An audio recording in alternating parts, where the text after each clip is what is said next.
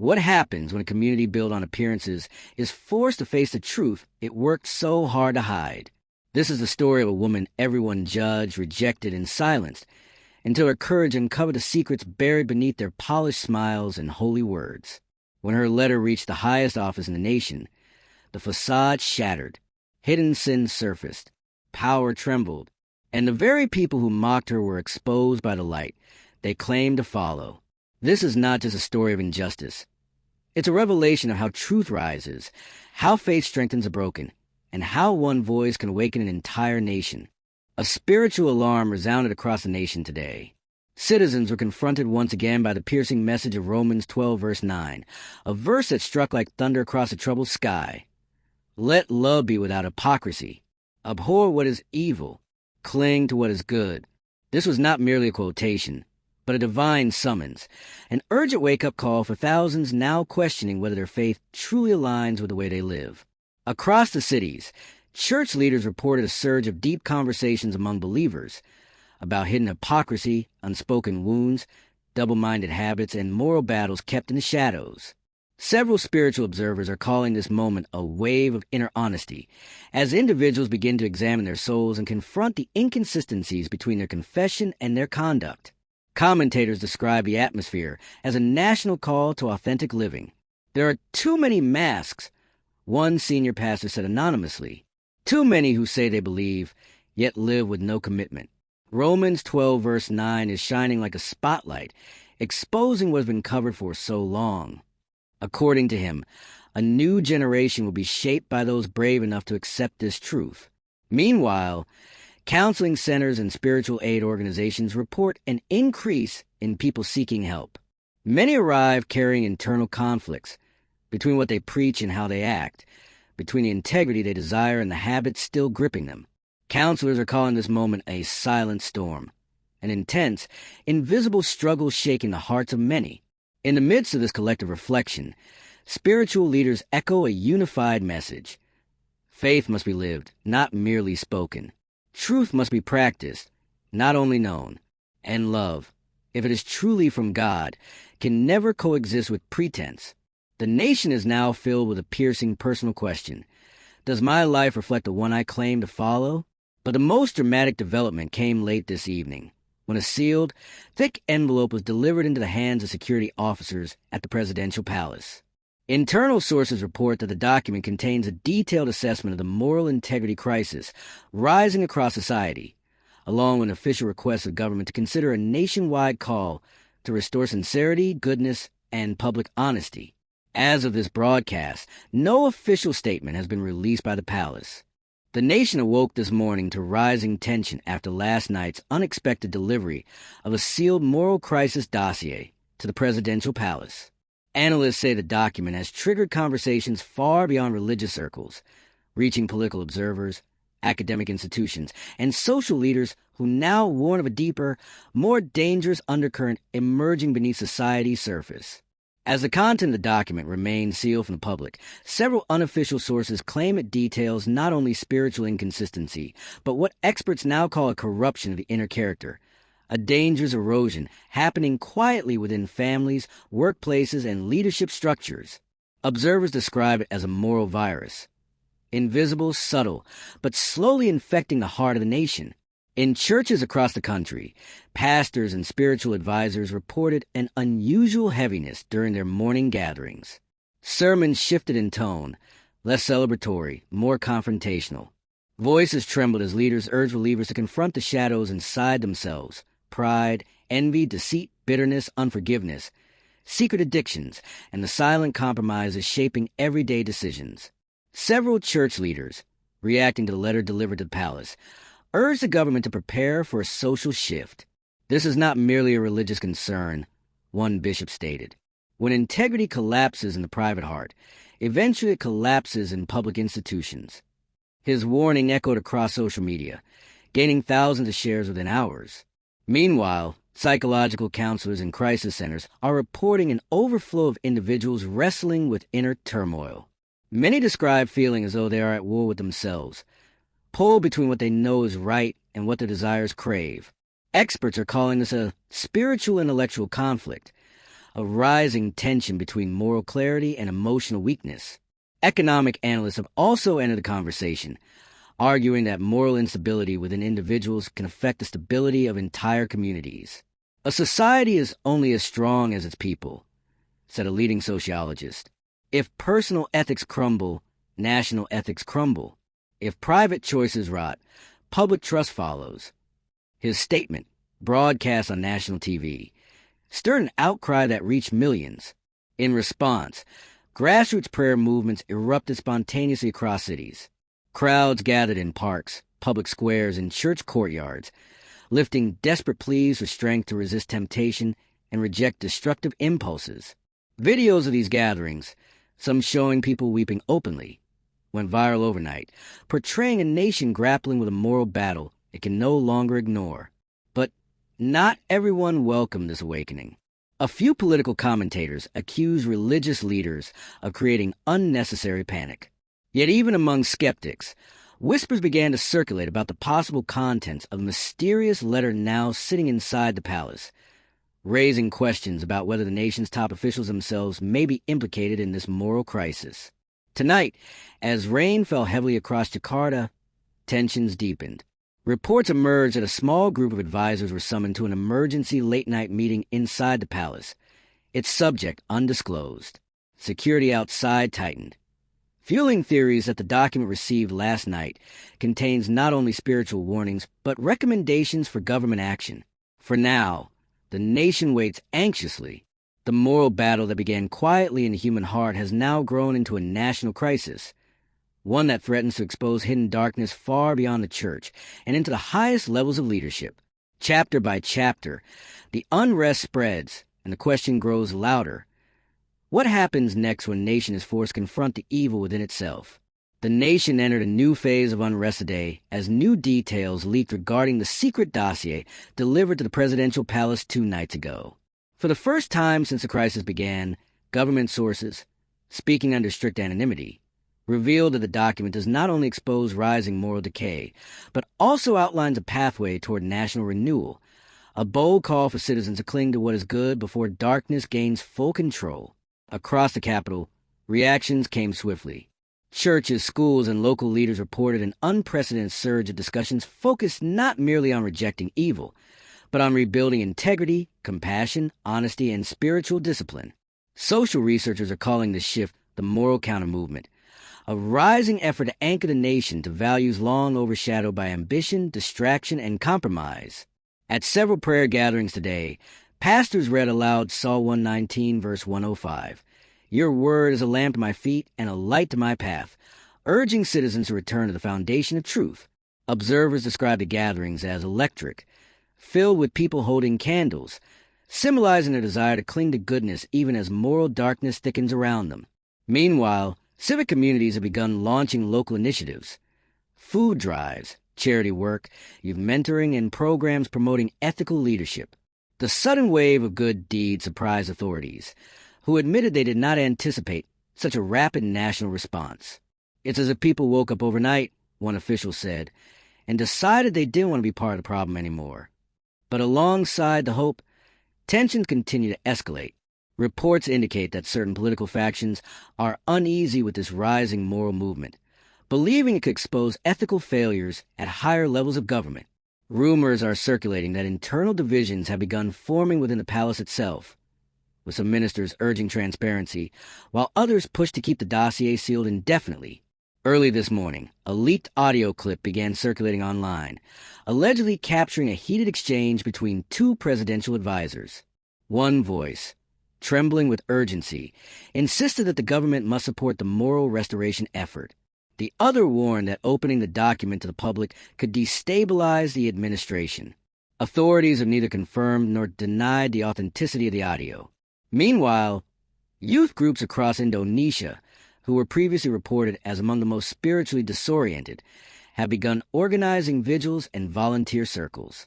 Many are turning away from destructive habits and social pressures, inspired by the national call to cling to what is good.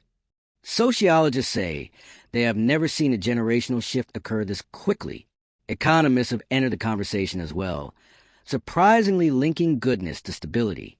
When people act with integrity, one analyst noted, businesses strengthen, communities trust each other, and corruption decreases. His statement was met with applause from civil groups who have long demanded ethical transparency in both government and public sectors. As the sun set over Jakarta, thousands gathered outside the palace gates, holding signs reading, "We choose the good, and lead us with integrity." Though peaceful, the demonstration marked a turning point.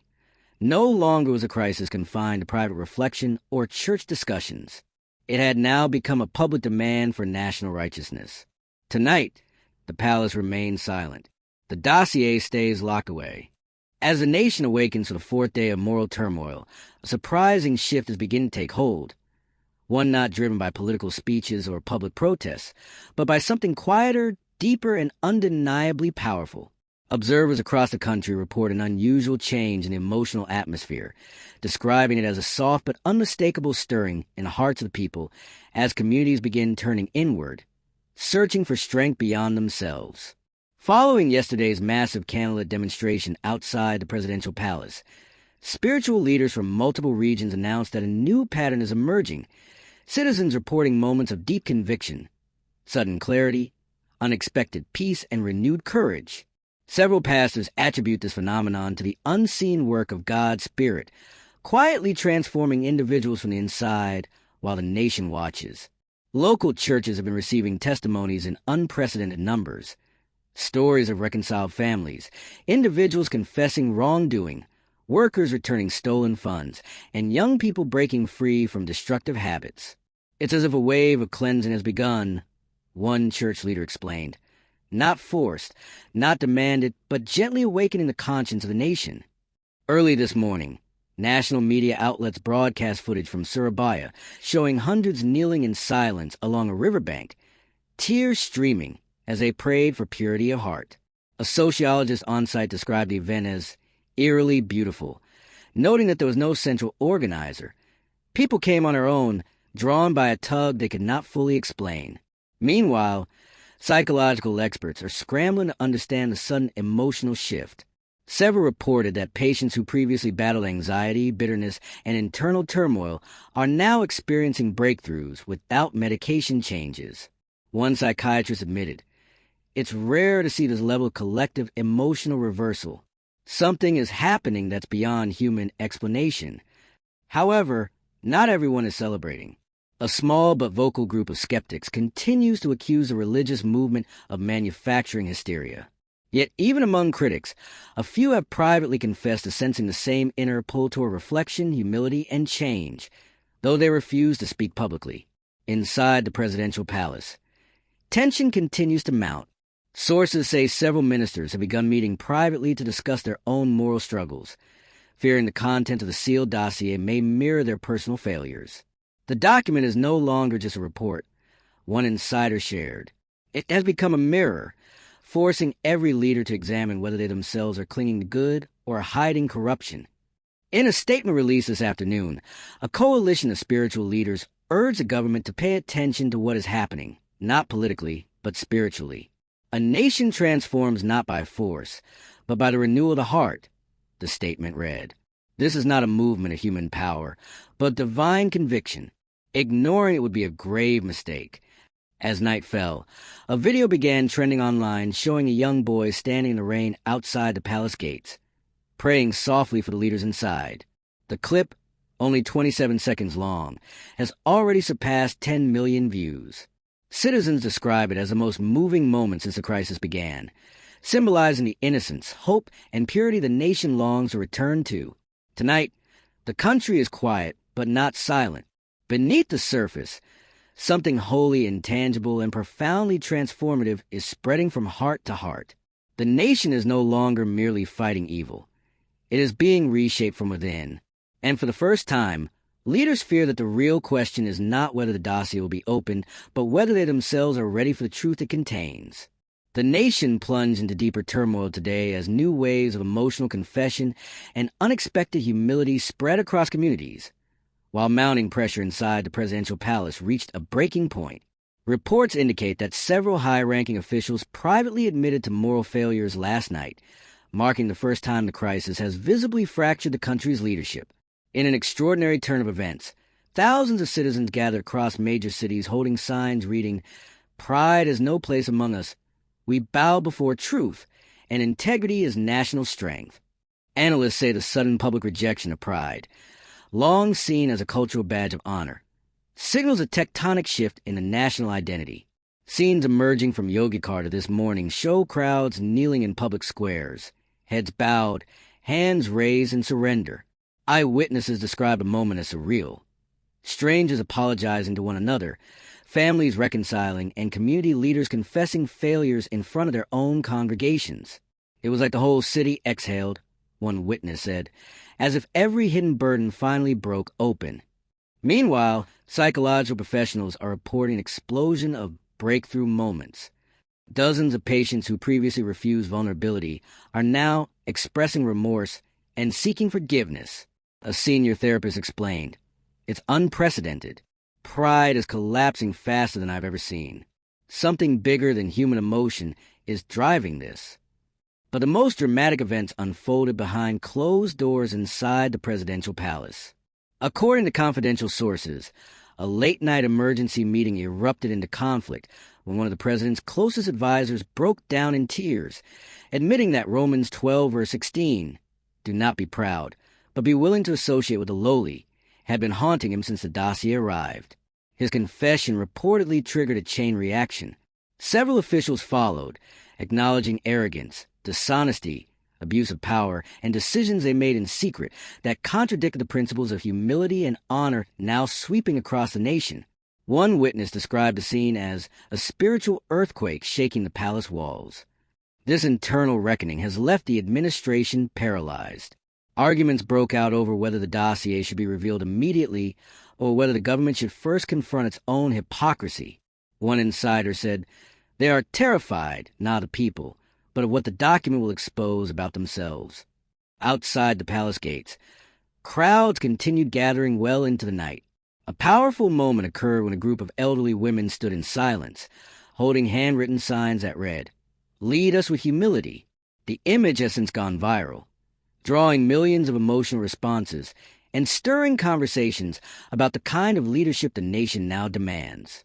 Religious leaders released a joint statement this afternoon urging citizens not to give in to despair, but to continue embracing humility as a path to healing. "Pride is falling," the statement proclaimed. "When pride collapses, God can rebuild what is broken." Their words spread rapidly, shared across social media platforms, and quoted in multiple news programs. Tonight, the country trembles under a strange mixture of fear and hope. Pride, the silent empire built within hearts, homes, institutions, and even the palace, has begun to crack. What remains unclear is whether the nation's leaders will step into humility or retreat into deeper shadows as the pressure intensifies. One thing is certain. The dossier has become more than ink on paper. It is now the catalyst of a national breaking. That night, the church felt eerily quiet, as though the walls themselves were holding their breath. Every candle flickered with nervous energy, casting long shadows that crawled across the pews. Pastor Samuel stood alone at the altar, gripping the lectern as if it were the only thing anchoring him to the earth.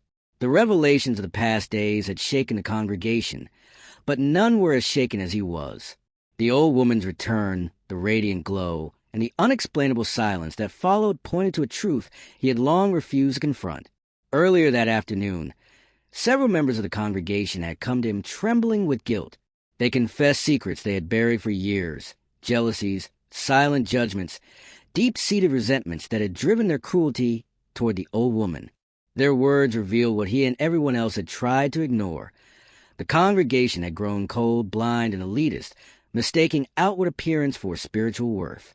Pastor Samuel listened to each confession with a sinking heart, realizing how far they had drifted from the teachings they claimed to uphold. The old woman's tattered clothes, her frail steps, and her quiet presence had become triggers for judgment rather than compassion. And now, in the wake of the miracle they had witnessed, there was no escaping the truth. They had sinned not against a stranger, but against someone God himself seemed to be defending.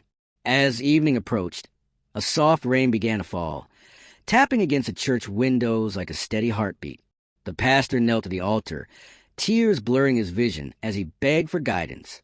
He felt unworthy, ashamed to stand in a place that symbolized grace, while carrying the guilt of having failed the very person who needed it most. Every memory of the old woman's trembling hands and humiliated gaze pierced him like a blade. Meanwhile, outside the church, the townspeople gathered in the courtyard, unsure of what to do next.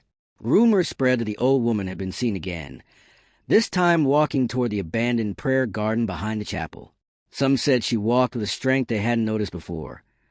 Others claimed she seemed surrounded by a faint glow. The people, once eager to cast her out, now followed her movements with reverent fear. Inside the garden, the old woman stood before the crumbling stone fountain, her hands clasped tightly.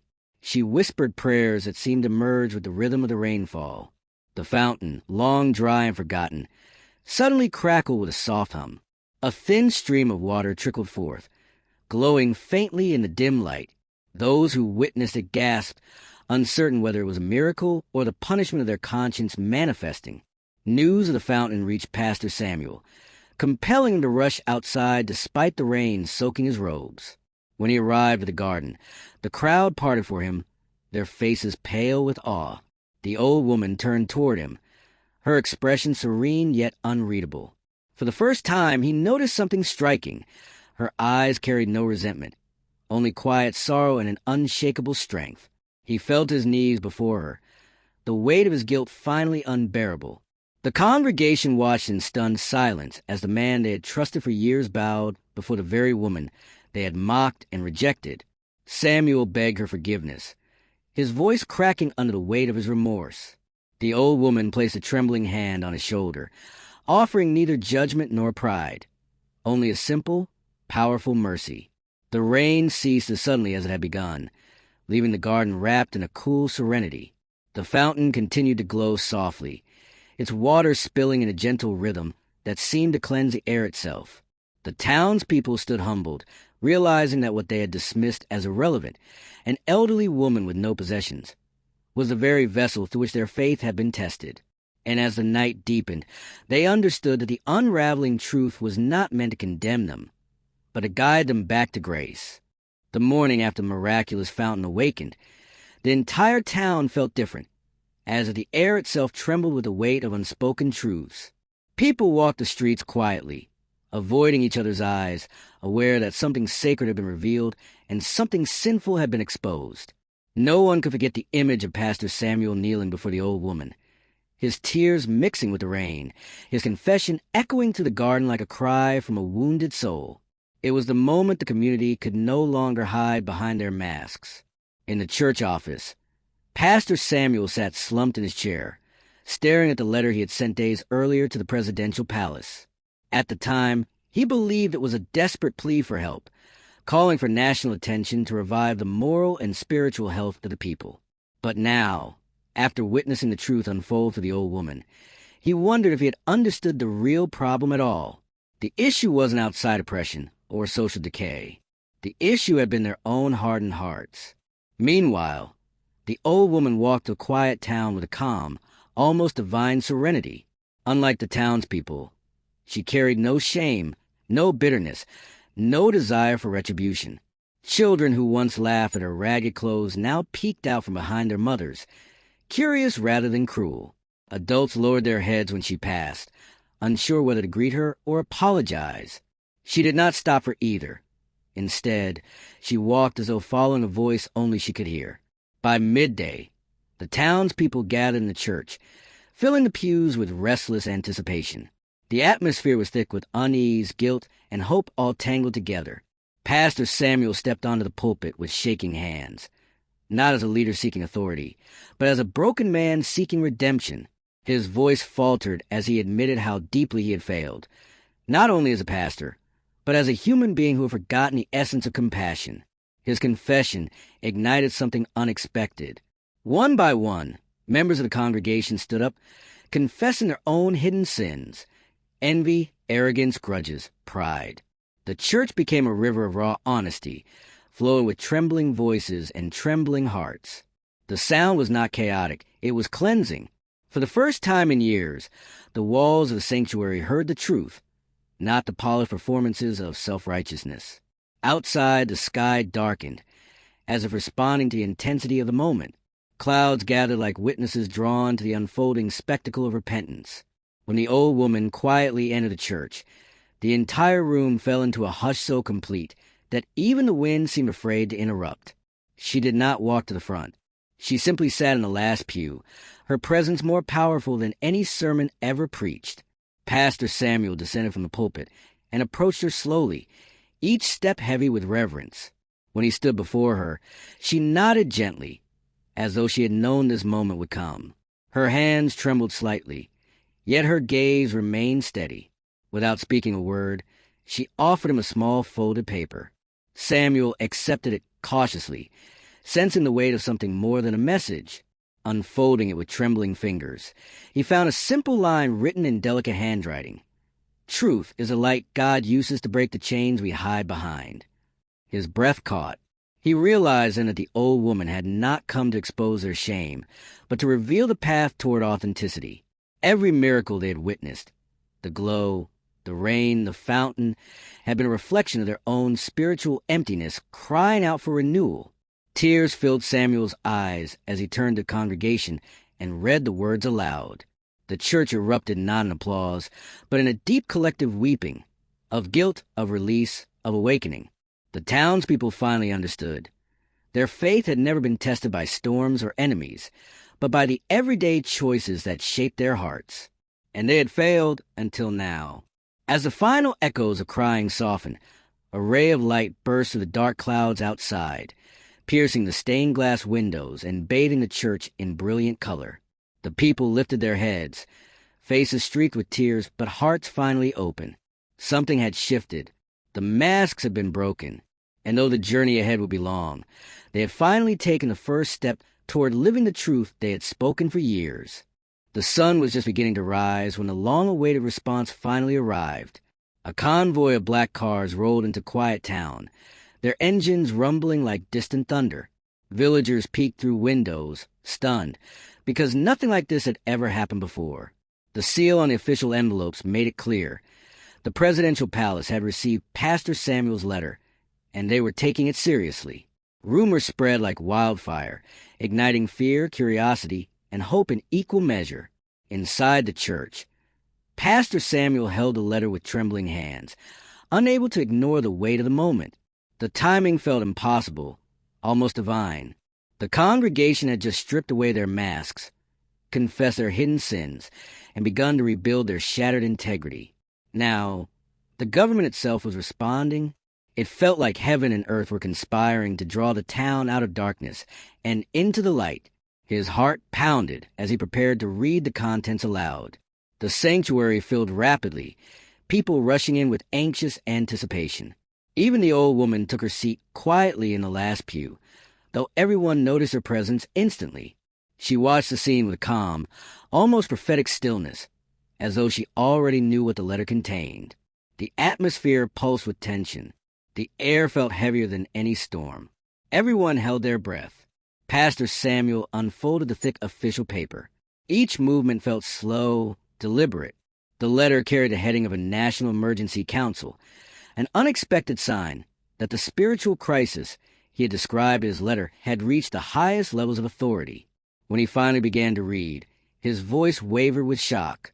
The president had personally acknowledged the town's struggle, labeling it a reflection of the moral fractures spreading across the nation.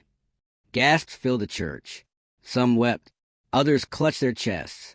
For years, they thought their hypocrisy and hidden sins were small, private matters.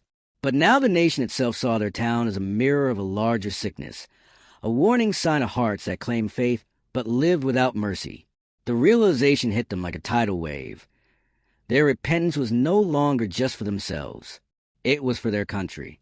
The letter continued, calling for representatives from the town to travel to the capital and share what had happened, including the mysterious signs. Pastor Samuel froze mid-sentence, his eyes flicking instinctively to the old woman. The congregation followed his gaze. She remained still, her expression unreadable, her eyes shimmering as though reflecting something heaven had revealed only to her. The room fell utterly silent. Then came the most startling line. "We request the presence of the woman involved."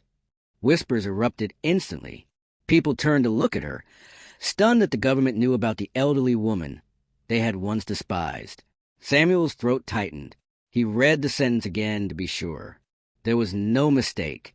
The president had called for her by role, if not by name, the woman at the center of the awakening. The old woman slowly stood, her frail hands gripping the pew for balance. Yet her posture radiated strength, a quiet authority that silenced the congregation instantly. For the first time, she walked to the front of the church. Her steps were steady, deliberate, echoing through the sanctuary like a sacred rhythm. When she reached Pastor Samuel, she placed a gentle hand over the letter, as if blessing it. "Truth," she whispered, her voice soft yet unmistakably firm, "must not remain hidden in the shadows of a single town. If God has opened a door, we must walk through it." Her words trembled with conviction. The congregation felt chills move through them. It was as though heaven had spoken through her lips. Pastor Samuel lowered his head, overwhelmed. The congregation followed, kneeling spontaneously in waves. Outside, the convoy engines hummed, waiting. Inside, a quiet resolve filled every heart. Their private sin had become a public testimony. Their shame had become a message for the nation, and the old woman, once rejected, was now being called to stand before rulers. The journey ahead would be dangerous, unpredictable, and filled with scrutiny. But for the first time, the town felt united, bound not by fear, but by the fierce determination to walk in truth, no matter the cost. The convoy moved slowly through the winding roads that led out of the small town, but inside the vehicles, the tension was anything but slow. Pastor Samuel sat beside the old woman, his hands clasped tightly together, as though praying in silence. Outside the windows, villagers lined the streets, watching with solemn faces. Many bowed their heads, others wept openly. For them, this was not just a journey to the capital. It was a pilgrimage, a chance to bring their repentance and newly awakened truth to a nation drowning in its own hidden darkness. The old woman, however, remained calm. Her gaze stayed fixed ahead, unblinking, as though she saw beyond a physical road and into something deeper. Every mile carried the weight of the message she was about to deliver, not just to the government, but to a country that had forgotten how to love without hypocrisy.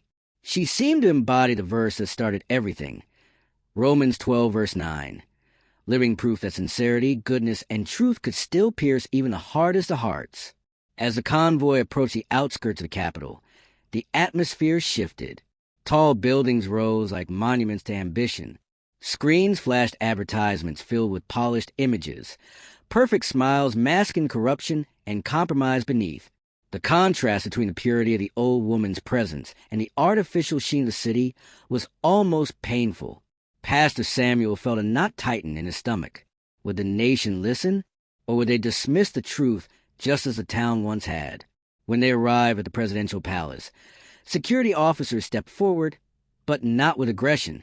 Instead, they stood respectfully, almost reverently, as though aware that this fragile old woman carried something weightier than political power, something sacred. The president's advisor personally greeted them, bowing his head slightly before leading them inside. The gesture stunned Samuel.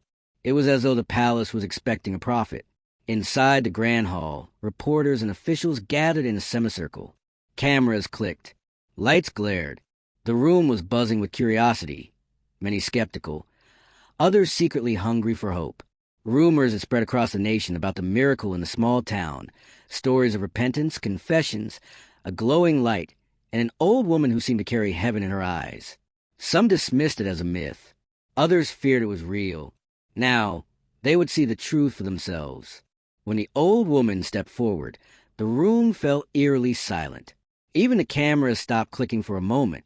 She did not look intimidated by the sea of powerful faces, nor did she tremble in the presence of national authority.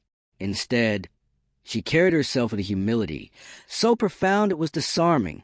Pastor Samuel stood behind her, feeling the weight of history unfold in front of him. She began speaking softly, but her words carried across the hall with a startling clarity. She spoke about hypocrisy, how it erodes families, poisons communities, and corrupts nations. She spoke of the darkness that grows when people pretend to follow truth while hiding sin in their hearts. She described the very scene from the church where she had been rejected, shamed, and humiliated, and how God had used that moment to expose what lay beneath the surface. Officials shifted uncomfortably in their seats. Reporters lowered their cameras. Her words were not accusations. They were revelations. She reminded them that power without compassion is cruelty, religion without sincerity is rot, and leadership without humility is ruin. Every sentence struck like lightning, shaking the palace walls with a force no military parade or political speech could replicate. Then she lifted her eyes and said something that made even the president lean forward. If truth is not honored here, it will crumble everywhere. If light is ignored here, the whole nation will remain in the shadows. Her voice trembled, not with fear, but with divine urgency. The room felt as though heaven itself was listening. Pastor Samuel watched as hardened officials quietly wiped their eyes. The president himself stood from his seat, moved beyond what his polished exterior could hide. Something powerful, spiritual, unexplainable, was breaking through. He approached the old woman, bowed his head, and whispered something only she could hear. Whatever it was, it caused her to close her eyes as though receiving a confirmation she had been waiting for. As the chapter closed, the nation held its breath. Outside the palace walls, crowds had gathered, expecting a political announcement. Instead, they would soon hear something far more earth-shaking, a call to return to sincerity, humility, truth, and love, spoken not by a politician or a pastor, but by the very woman the world would least expect. The president stepped forward, his expression transformed from the stoic mask he usually wore into something startlingly vulnerable. The hall, once buzzing with noise, now felt like a sanctuary. Everyone leaned in, waiting to hear what a national leader would say after being confronted not by political pressure, but by an old woman's unshakable truth. His voice trembled as he admitted that the nation had drifted far from humility, compassion, and integrity. It was a confession no one expected, least of all his own advisors. Outside the palace, thousands had gathered, sensing something unprecedented was unfolding behind the closed doors. News crews stood ready, but even they fell quiet as the air shifted, charged with strange tension, almost like spiritual electricity. It was as if the entire capital was holding its breath, waiting for a sign, a word, anything that might explain the whispers of miracles and repentance that had swept the country. Inside, the president invited the old woman and Pastor Samuel to step beside him at the podium. Cameras flashed wildly, trying to capture the moment that would become a defining image of national history. A frail elderly woman, once rejected by her own church, now standing at the side of the most powerful man in the country. Pastor Samuel could barely steady his breathing. He had once believed the woman was a problem for the church. Now he understood she had been heaven's messenger all along. When the old woman spoke again, her voice remained soft, yet carried through every corner of the hall. She didn't talk about politics, corruption, or social chaos. Instead, she spoke directly to the hearts of the people watching across the nation. Let love be without hypocrisy. Abhor what is evil. Cling to what is good. Romans 12, verse 9, spoken not as a verse, but as a command, as a mirror, as a warning, as a healing. The words of the country, like a wave. Reporters, not known for emotional displays, lowered their cameras, overcome by something they didn't have words for. Officials who had entered the hall confident and proud now stared at the floor, wrestling with convictions they could no longer ignore. It was a kind of collective humility the nation had not seen in decades. Then something happened no one anticipated. The president knelt, right there, in front of the cameras, in front of the old woman, in front of the entire nation. Gasps erupted. Advisors tried to intervene, but he lifted a hand to stop them. His eyes were filled with tears as he asked the old woman to pray, not for him alone, but for the entire country. The hall shook with emotion as she gently placed her hand on his bowed head. Her prayer was not long. It was not emotional. It was not loud, but it was pure. She asked God to strip the nation of its pride, to cleanse its leaders, to awaken its families, to heal its wounds, and to rekindle sincerity in every heart.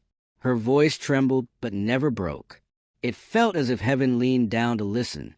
When she finished, the president rose with new determination, as if carrying a mandate beyond political authority.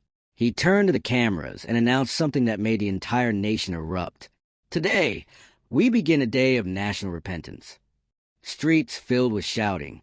Some praised, some protested, but no one was indifferent. The palace courtyard became a storm of emotion. Fear, hope, disbelief, awe, crashing together like thunder. Inside the hall, Pastor Samuel looked at the old woman and understood something devastatingly beautiful. Her mission was almost complete. She had turned a broken church into a humble community.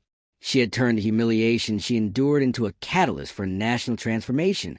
And now she had turned a hardened government into a kneeling one. She had done what prophet of old had done, spoken the truth that no one else dared voice. As the chapter came to a close, the old woman smiled, not triumphant, not proud, but peaceful. She whispered to Samuel, "When people return to truth, God returns to them." And somewhere in the capital, in the hearts of thousands kneeling in the streets, the truth was finally being lived instead of merely believed.